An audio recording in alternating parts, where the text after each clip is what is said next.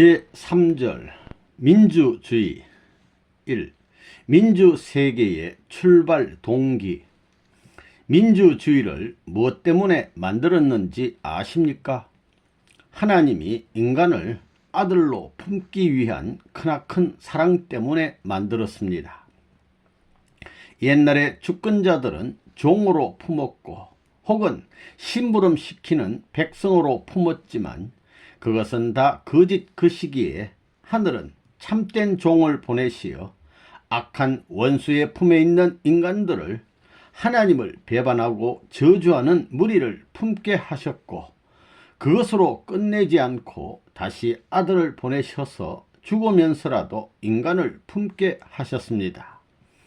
그러면서 이 세상을 무너뜨려 온 것입니다. 종을 보내서 품게 하실 때에는 사탄 세계 종된 입장의 모든 주권자들을 물러가게 하고 아들을 보내어 품게 하실 때에는 사탄 세계, 악한 세계의 아들적인 모든 주권자들을 물러가게 하셨습니다. 이제는 아버지적인 주권 시대를 향하여 몰아내고 있습니다. 오늘날 민주세계를 바라보면 민주세계의 동기는 어디에 있느냐? 이건 하나님에게 있습니다. 민주세계라는 것은 오늘날 기독교 문화권에 있어서 빚어진 세계적인 체제입니다.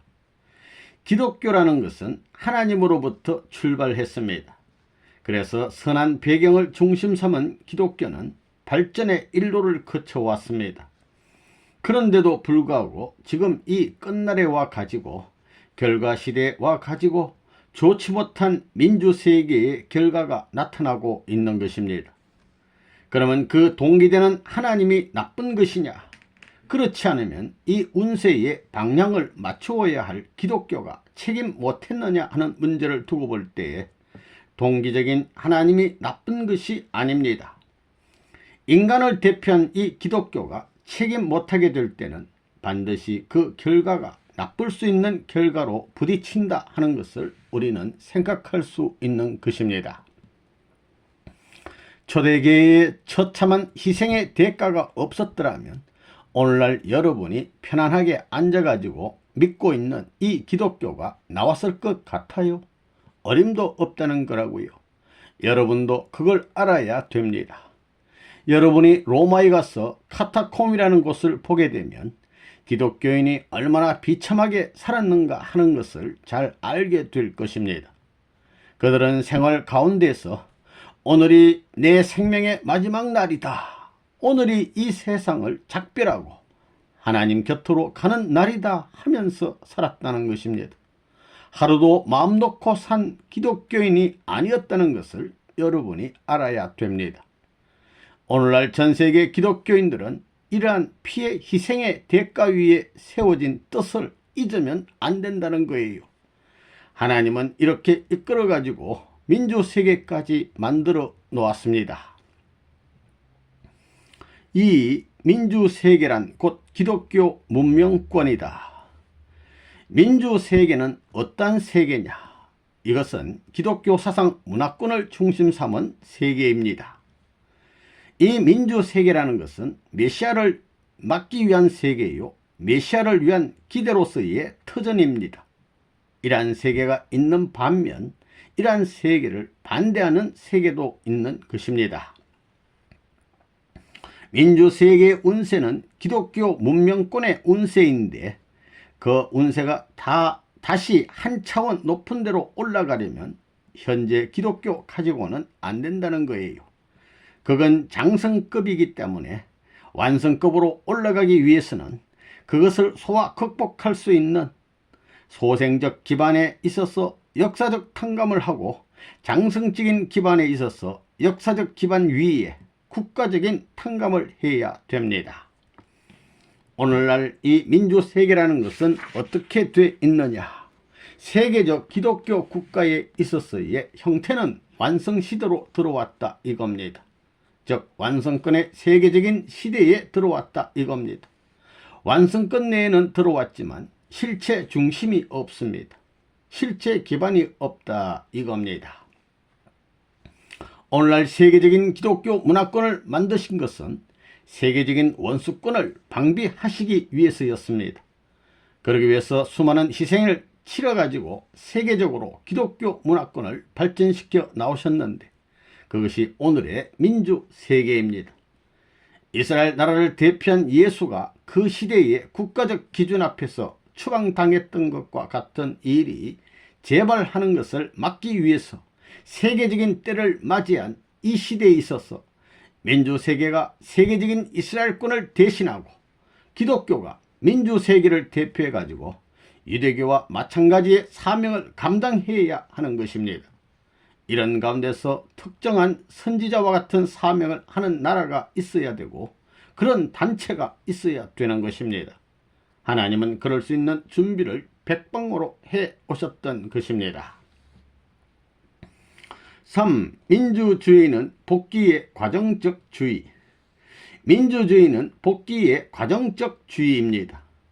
아벨적인 좋은 사람이 장자의 자리에 못 올라가는 타락한 세상이기 때문에 부모를 모실 수 있을 때까지 민주주의를 세워 보다 아벨적인 희생자가 가인의 자리를 점령하도록 하는 방편적인 정치 체제입니다. 하나님이나 메시아를 선거 제도로서 선출할 수 있겠습니까? 그래서 사탄이 흉내내어 일본 같은 나라는 천황을 만세토록 모시고 있는 것입니다. 민주주의라는 것은 결정적인 중심을 찾지 못할 때에 선택의 방편으로 내세운 것입니다. 그게 민주주의라고요. 하나님도 민주주의식으로 택할 수 있느냐 이거예요. 민주주의도 메시아도 민주주의식으로 택할 수 있어요. 자기 어머니 아버지를 민주주의식으로 택할 수 있어요. 근본은 민주주의가 터치할 수 없는 거라고요. 근본 문제는 근본을 위한 상대적인 문제는 가능하지만 우리가 바라는 세계는 그런 세계가 아닙니다. 하나님 앞에도 민주주의가 있어요? 민주주의가 영원히 남을 것 같아요? 대답해 보라고요.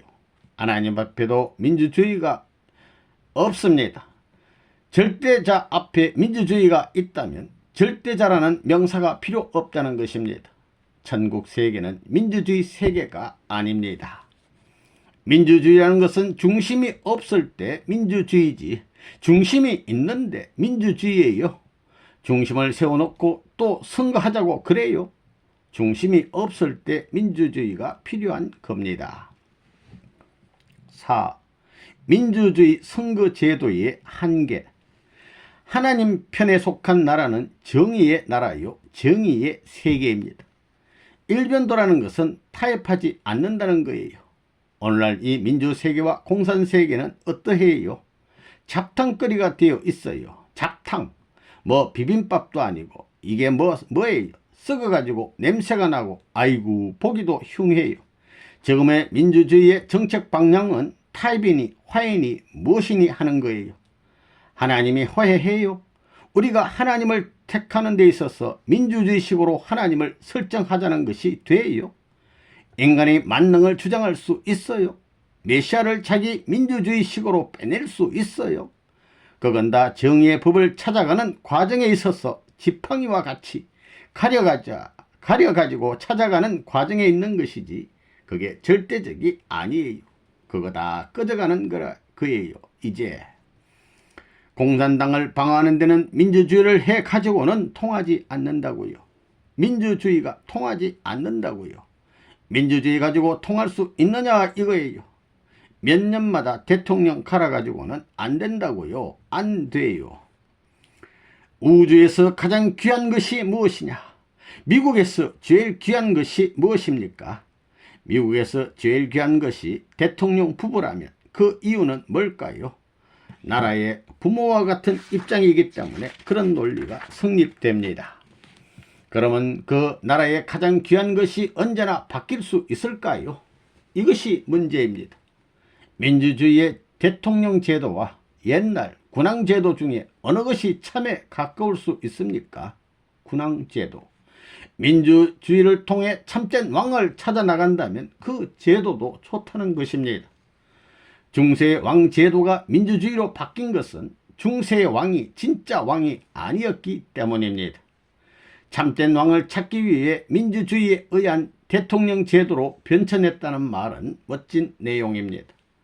오늘날 미국이 민주주의를 중심 삼고 모든 것이 체제화되다 보니 부부간이나 부모 자식 사이에도 민주주의식으로 한다면서 이상한 관계가 벌어지고 있는 것을 볼 수 있습니다. 하나님도 민주주의로 선택할 수 있느냐 이것입니다. 민주주의가 좋지만 근본적인 문제를 생각해 보아야 합니다. 오늘날 인간이 만든 정치 제도 중에 가장 좋은 제도라고 할 수 있는 민주주의는 다수의 원칙에 의하여 운영되고 있는데 잘못하면 악용될 우려가 있는 정치 제도인 것입니다. 5. 민주주의의 맹점. 사실 민주주의는 체제지 사상이 아닙니다. 민주세계는 앞으로 곤란하게 돼 있습니다. 사상적인 지주가 없다는 것입니다. 민주세계를 보게 되면 말이에요. 교회하고 정치하고는 다른 것이다 해가지고 사람이 앞서 있지 하나님이 앞서지 않았다고요. 꼴 좋다는 거예요. 사람이 앞서고 하나님은 뒤에 따라오고 있다고요. 그럴 수 있어요. 누가 앞서야 되겠어요? 하나님요. 헌법도 하나님의 이름으로, 모든 가정도 하나님의 이름으로, 모든 교육도 하나님의 이름으로 전부 다 이렇게 되어야 될 텐데 그것도 아니에요. 자, 미국을 보면 이 미국이 민주주의 나라예요? 무슨 나라예요? 어떤 나라예요? 민주주의. 말은 뭐 민주주의 하지만 말이에요. 사실은 공산주의보다도 더 심한 데가 있다는 걸 알아야 돼요. 무엇이? 인종차별입니다. 알겠어요? 그런 데 있어서는 공산당으로부터 비난받을 거라고요. 레바논 문을 중심 삼고도 말이에요. 유엔 총회에서 대사들끼리 모여가지고 있는 데서 미국 대사에게 당신네 나라에 종교 자유가 있어 없어 하고 물으면 종교 자유 있지 있고 말고라고 대답하는 거예요. 그러면 레바논 문에 있었어도 묻게 되면 웃음. 그건 무엇을 말하느냐 하면 인종차별에 대해서는 공산당보다 더 하다는 것입니다. 그 다음에 세금에 있어서도 공산당보다 더 하다는 거예요. 공산국가에서는 토지를 다 분할해 줘가지고 세금은 3분의 1밖에 안 받아요. 여기는 뭐 절반, 뭐 어떤 사람들은 80% 정도를. 이렇게 보면 개인적으로 생활 면에서 꼼짝 못하게 억류되어 있다고요. 또 법을 중요시하는 것은 좋다고요. 분명히 좋다 이거예요. 좋은데 세계적인 큰 변혁이 오게 되면 이 나라가 참 곤란을 받을 것입니다. 자, 법권을 중요시하느냐 인권을 중요시하느냐 어떤 거예요? 어떤 거예요? 법, 그 문제가 복잡하다고요. 민주주의라는 것이 법권주의예요? 인권주의예요? 그게 문제라고요. 이 세계 가운데 자기 나라만을 사랑할 수 있는 민주주의, 이것은 이미 실험이 끝난 세계적인 말로에 처한 것을 알았습니다. 자기 나라를 희생시키더라도 보다 넓은 차원에서 하나의 세계를 추구하는 하늘 주체를 위한 자기 나라를 희생시키면서도 세계를 살리기 위한 민주주의가 되지 못한 것은 지극히 비통한 사실입니다. 6. 민주주의와 공산주의의 비교. 현재 민주세계와 공산세계의 양대 진영으로 갈라져서 대립되어 있는 현상을 바라보게 될 때 이 두 세계는 출발의 기온이 다른 것입니다. 또 가는 목적이 다른 것입니다. 출발과 목적이 다르니만큼 거쳐가는 것입니다. 민주와 공산이라는 것이 민주세계는 마음적인 것을 대표하는 세계요. 공산세계는 물질적인 면, 몸적인 것을 대표한 세계로 열매 맺힌 세계인 것입니다. 공산주의는 유물주의입니다. 무신론주의예요. 하나님이 없다는 것입니다. 우리 인간을 중심 삼고 말하면 그것은 몸뚱이주의입니다. 그거예요. 몸뚱이주의로부터 출발한 것이 공산주의라는 것입니다. 사람을 지을 때 마음과 몸으로 지었는데 그중 몸뚱이가 세계적으로 열매 맺은 것이 공산주의입니다. 뭐 신이고 무엇이고 몸이 제일이라는 것입니다. 빵이 제일이라는 거예요. 몸뚱이가 제일 좋아하는 세계가 공산세계입니다. 반면에 민주세계는 마음주의입니다. 거기는 그래도 동정이 있고 미래가 있습니다. 또 거기에서는 평화를 논합니다. 그러나 공산주의의 이념은 변정법에 의한 투쟁을 주장합니다. 그들은 투쟁 과정이 발전의 요인이라고 말해요. 거기에는 평화가 있을 수 없습니다. 이념이 다르다는 거예요. 이 공산주의는 무엇이냐 하면 끝날의 사탄의 요술통입니다. 여기에 걸렸다가는 보세요. 공산당은 모든 일을 밤에 하지요. 밤에 해요. 비밀회의도 전부 다 밤에 합니다. 그리고 땅 구덩이를 파고 들어갑니다. 그것은 그림자를 상징합니다. 그러나 민주세계는 낮에 하는 것입니다. 그러니 그래도 그들 둘 중에는 민주세계가 낫지요. 지금 세계가 민주세계와 공산세계에 반대로 되어 있다고요. 민주세계는 하늘을 찾아가고 공산세계는 이렇게 반대로 물질세계를 찾아갑니다. 딱 반대라는 거예요. 또 민주세계는 개인을 중심 삼고 공산세계는 당의 조직을 전부 당이 주관하는 거예요. 반대라고요.